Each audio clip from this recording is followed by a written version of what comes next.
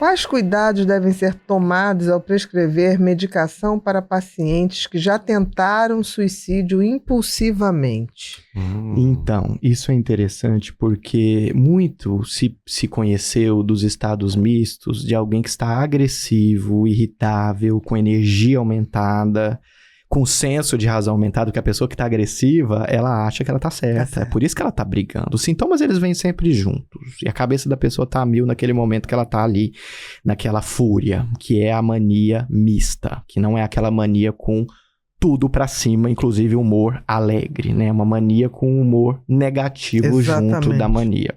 Mas no polo daqui, na depressão, nem sempre eu vou ter uma depressão sem energia, onde eu bato a cara e falo, ela tá deprimida, ela não fala, ela fica deitada o tempo todo, ela tá com um cheiro ruim, não tá tomando banho. Pra raciocinar, a hora que vai falar, nem dá pra entender, porque ela tá tão lenta pra falar. Essa é uma depressão pura. Na depressão mista, o indivíduo tem energia junto com a depressão. E o grande problema é que essa energia, ela exacerba a depressão. Ela joga uma gasolina dentro da depressão. Quando eu misturo depressão, que é uma sensação emocional negativa, que é distinta de tristeza, porque não tem um motivo. É uma sensação que aquilo tá ali, injustificável para mim. E junto com a energia, eu tenho uma agonia, eu tenho um desespero. E aí eu tenho vontade de tirar aquela sensação. Então, geralmente, as tentativas de suicídio impulsivas, elas surgem em estados mistos, porque a pessoa tá, ao mesmo tempo, muito deprimida, mas também muito energizada, né? É diferente daquela tentativa de suicídio planejada do idoso, por exemplo, que a pessoa tá realmente de cama, tá sem energia, tananã, mas ele tá pensando... Minha vida não faz sentido, eu não tenho mais pra onde correr, minha família, eu sou um fardo pra todo mundo. Vai ser melhor, ele é convencido, quase delirantemente, de que se ele fizer aquilo, vai ser ótimo pra todo mundo. Não, nunca é, né? Suicídio nunca é ótimo. É traumático. A catástrofe do suicídio para esses familiares, depois a gente pode falar disso, é horrível, né? Mas a tentativa de suicídio impulsiva, normalmente ela surge nesse desespero, ela é um impulso. Assim como seria eu tomar um monte de remédio para eu aliviar, ou tomar um monte de álcool para eu conseguir tirar aquela sensação, ou até algumas pessoas masturbar para aliviar a sensação de angústia, ou comprar também. Às vezes as pessoas acham que compras é só porque tô alegre. Tem gente que vai na intuito, o cérebro, gente, ele tenta de todas as maneiras. Se religar.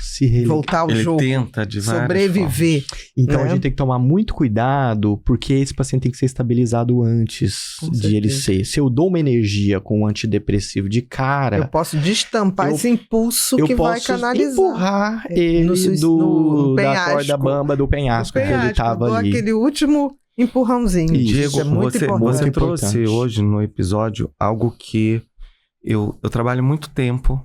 Na verdade, eu acho que eu conheci a Ana mais quando comecei a trabalhar com transtornos alimentares. Depois a gente veio vindo e a amizade foi crescendo. E eu trabalho muito com um paciente que faz bariátrica. E uma das grandes preocupações, e a minha fala principal em congresso é sempre isso. Porque às vezes... o próprio cirurgião, ele tem aquela coisa de querer o laudo, né? Que é muito importante realmente, mas é muito mais do que isso.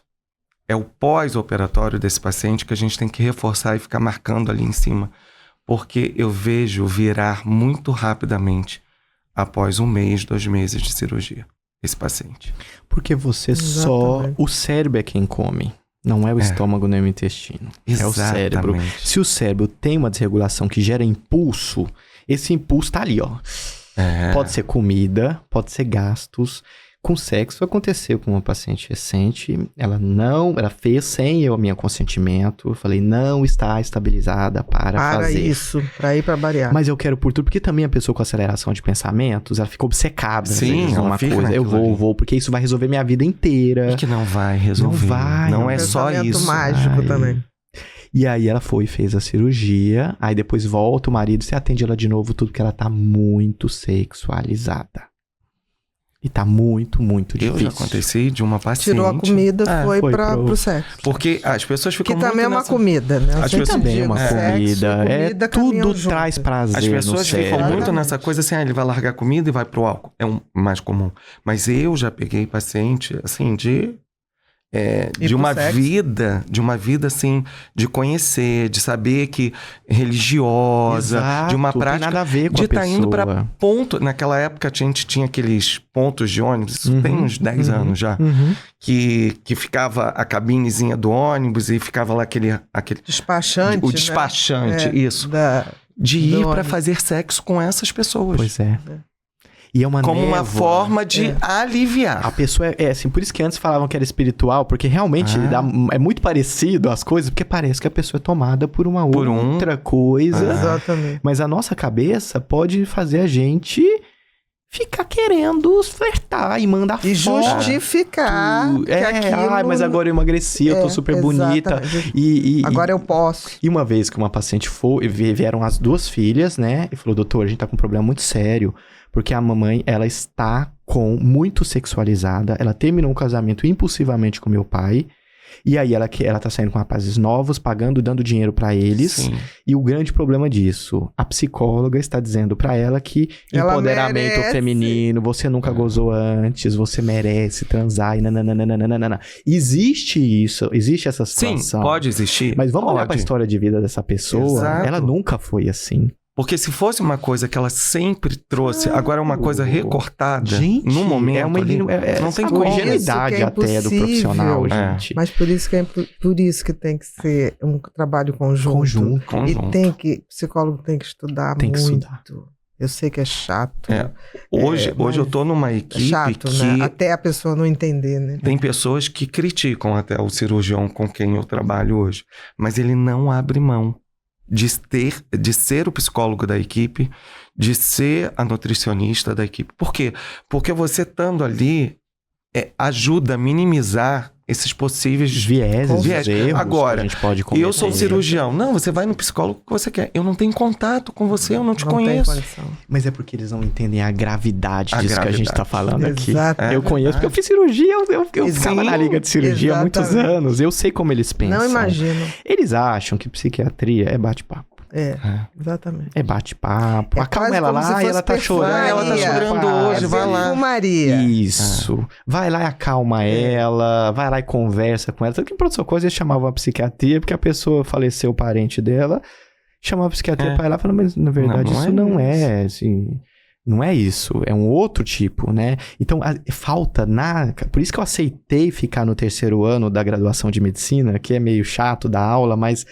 Porque a gente tem que ensinar as pessoas Com o que é a certeza. psiquiatria, porque elas não sabem. Eles acham que E não é uma sabe coisa... da complexidade, da beleza que é isso, né?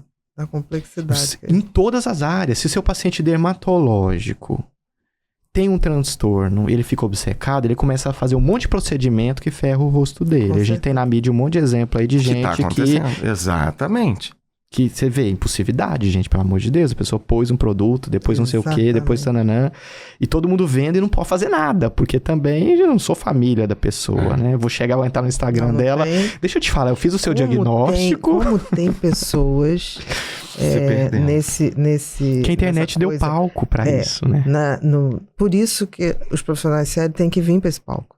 É. Porque senão fica só uma coisa de pessoas influencers que colocam coisas que você está vendo patológicas. Você fala assim, gente, essa pessoa está fora da casinha.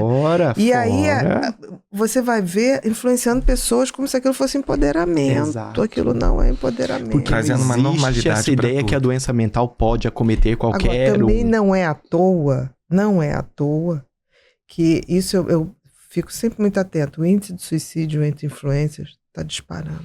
Porque são pessoas que podem ter transtorno mental, como qualquer Sim, um de qualquer nós. pessoa. Entre padres e pastores. Também. A gente não falou de impulsividade religiosa aqui. Mas isso quando eu falo às vezes no consultório, olha, lembra desse período aqui que você ficou totalmente religiosa da igreja e do canto e do tananã e saiu pra pregar? Não, doutor, não é possível que isso aí era. Eu falei, Também. olha a sua Também. história de vida, você ficou aqui, que você só falava disso. Tem muito. Você ficou obcecado. Você nunca, dentro da ficou sua história, agressiva com as você não pessoas tem que não isso. pensavam como você. Exatamente. Tem muito. E aí você fala disso, é quase um tabu, porque fala assim, não, um Deus não se mesmo. Não tô falando de Deus, tô falando de gente que tem cérebro, que pode ter transtorno mental dentro da igreja. E aí vai ter suicídio também, exatamente, porque são pessoas. Muito. Se o religioso ele não souber que ele também pode ser cometido por uma depressão, ele vai, se for uma depressão grave, como tem alguns que aconteceram, que vai pra cima de uma cama e a doença vai dizer, eu existo, eu estou aqui. Exatamente. Você pode rezar o quanto que for, existe religião, existe Deus, mas olha... Mas não menospreze. Não menospreze o seu organismo. Exatamente.